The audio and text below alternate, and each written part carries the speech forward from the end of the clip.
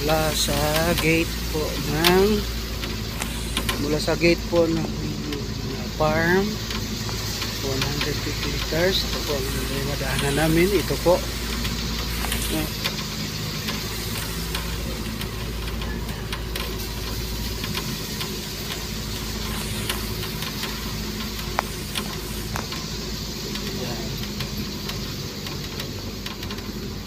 napakalawak po nito. Marami pa po tayong gagawing projects na dito sa farm na ito. Diyan, isa na po dyan ng project na Citronella Farm, no? Napakalaki po yung kikitain natin dyan sa Citronella Farm, no? And then zipline, no? Zipline, pwede gagawan po daw ng zipline ito. Magiging tourist spot, no? Magiging tourist spot po ito, sabi ng pinakamay-ari ng lupa. At ang kalsada naman dito ay renovate. Ayan, ito naman din po ang kalsada papunta dun sa kabila. Pero itong kalsada na ito, ang dinadaanan natin ay sa farm, no?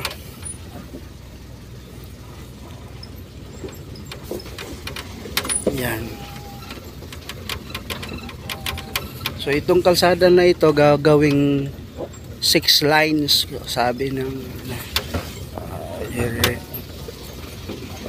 6 lines, tapos doon naman papunta. Yan, papunta doon sa farm natin. Gagawing 2 lines yan. 2 lines o 3 lines na kalsada. Pag na-renovate or napa-develop talaga, kapag napa-develop talaga natin ang lugar na ito, napakaganda. Napakaluwang ang mga lupa. Yan, ang mga katabing lupa yan. Yan, ang mga katabing lupa, napakaluwang, no? Yan, so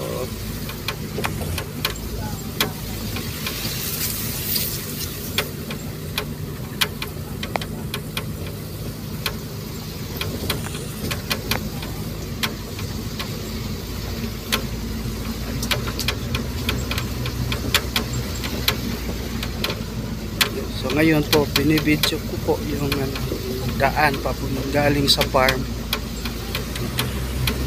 papunta sa highway.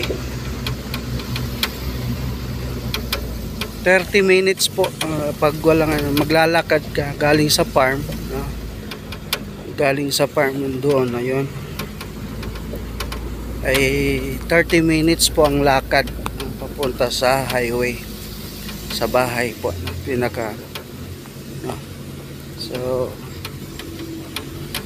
pag ganito ng sasakyan, no, ng 4x4 sasakyan na makaahon dito, 4x4, kasi yan, kalsada, kita nyo naman ang kalsada, di ba? Ipaahon,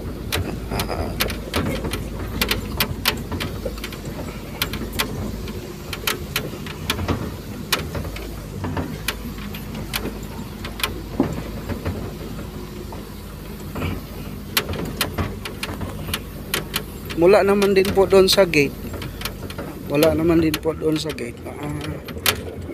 kilometer po, malayo pa po bago makarating sa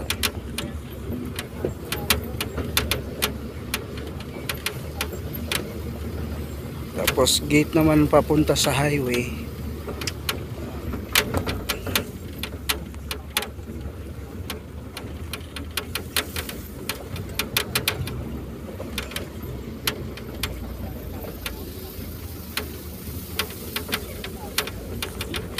Itatanong ko po kay Kuya Leo kung ilang kilometro po galing sa gate ng farm papunta sa highway, sa pinaka highway po ng Barangay Santa Lucia.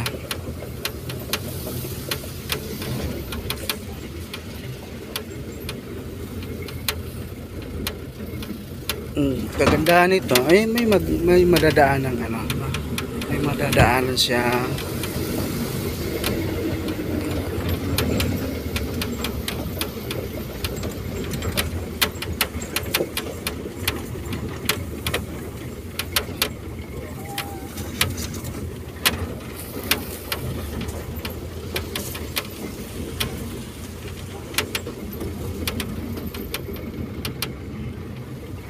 So pag magde-develop tayo dito, itong daan na ito, palalakihin to siya. Ayan, palalakihin yan. Okay. No? Kasi ito, iba naman ang ano dito, ibang may-ari, iba rin po ang may-ari. Ayan, naka barbed wire po yan, mga nandiyan. Sa kaliwat kanan.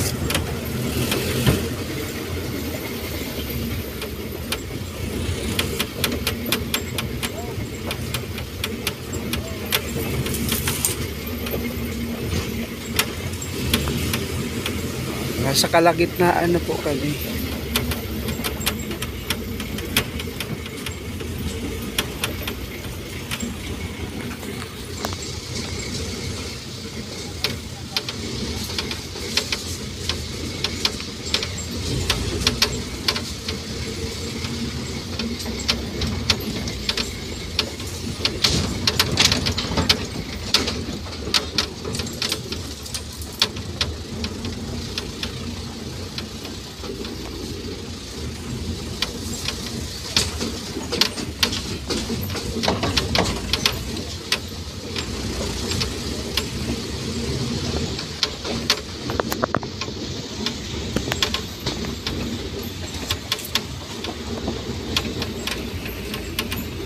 Ayan guys, maraming mga puno, maraming mga punong kahoy, punong mangga, iba't ibang uri ng puno.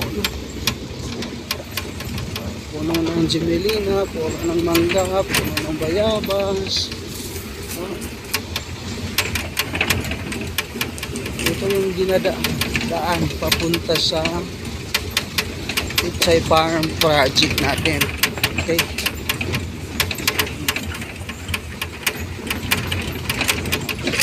First time nakaano dito ngayon. No? Ngayon ko lang pa ako ito.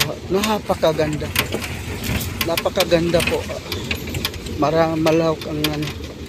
Napakalawak ng tanawin.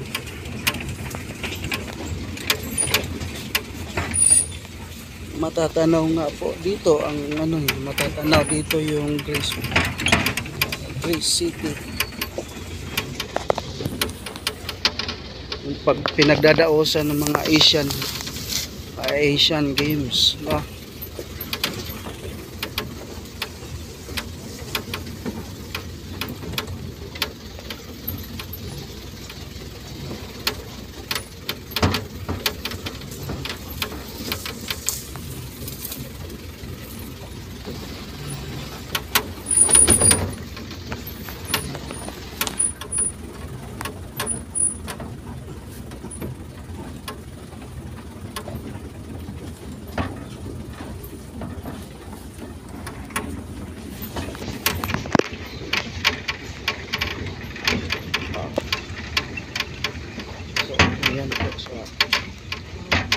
Talagang kanina part of adventure kanina guys, no?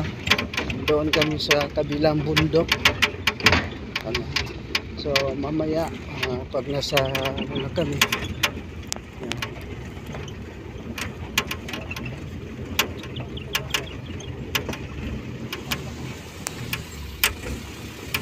So pwede naman po natin to, Ma'am Princess, Ma'am Angie, Ma'am Tess, saka sa ating mga funders, pwede naman po natin mapuntahan, bisitahin ang lugar.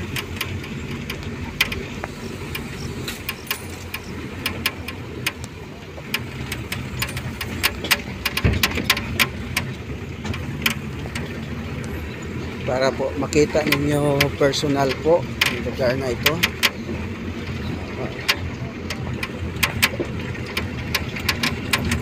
magkaan lang tayo ng schedule. Mag-schedule lang po tayo.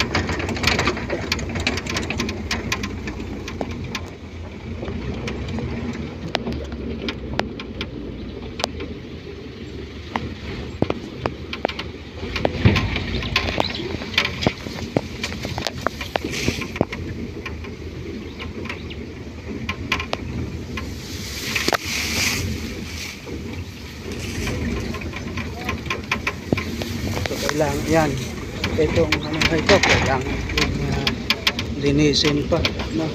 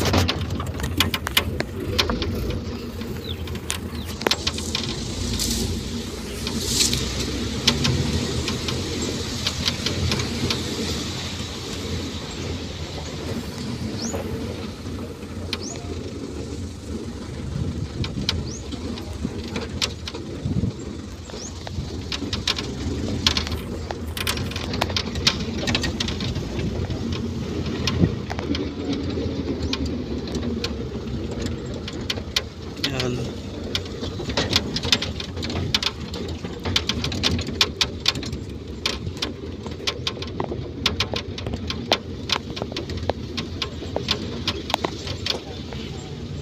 Yan, may mga alagang baka, no? Sa kabilang lawak ng lupa.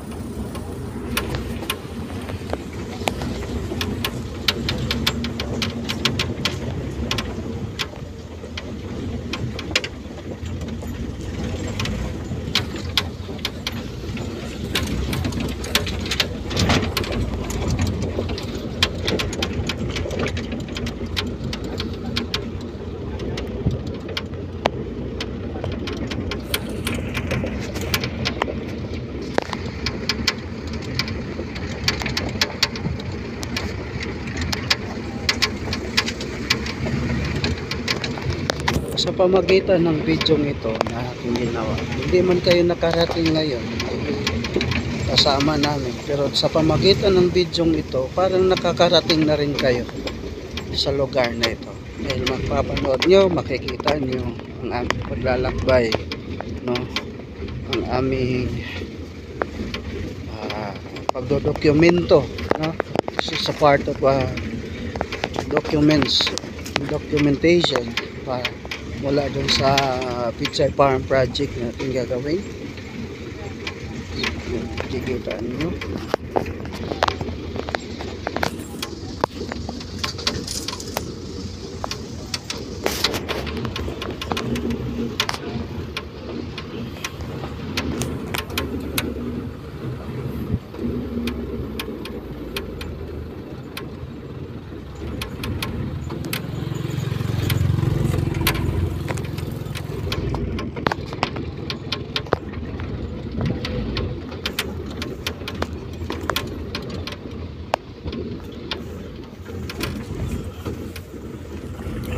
Pakalawak, no? Yeah.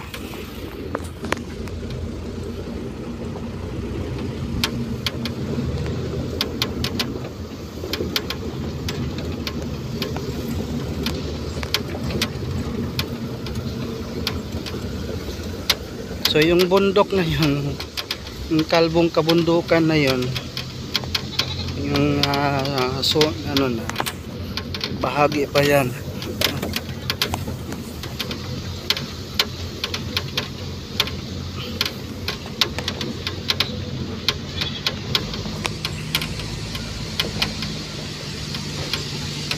Sila kuya, yung mga naninirahan dito.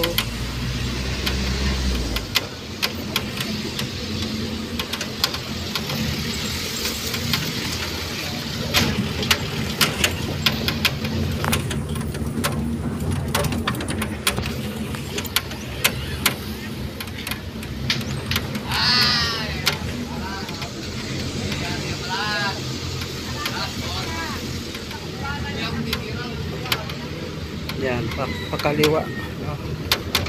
Mula sa simentadong daan, pakaliwa tayo papunta sa farm. Ito namang ano na ito, doon sa kabila, simentado na yan, dire-diretso doon sa kabila na boundary na ng lupa, no? Kabilang bundok. Mahaba-haba na yan. Okay.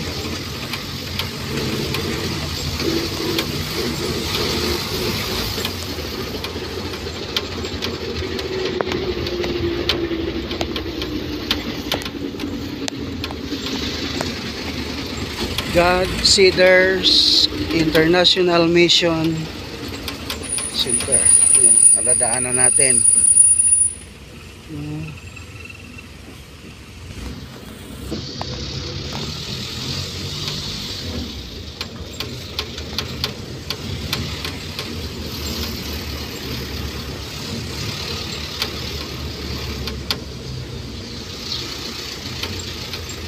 And then ang Iglesia ni Cristo, distrito ng Tapastarlac, lokal ng Sarate, yon sa kaliwa, no? Pakaliwa naman.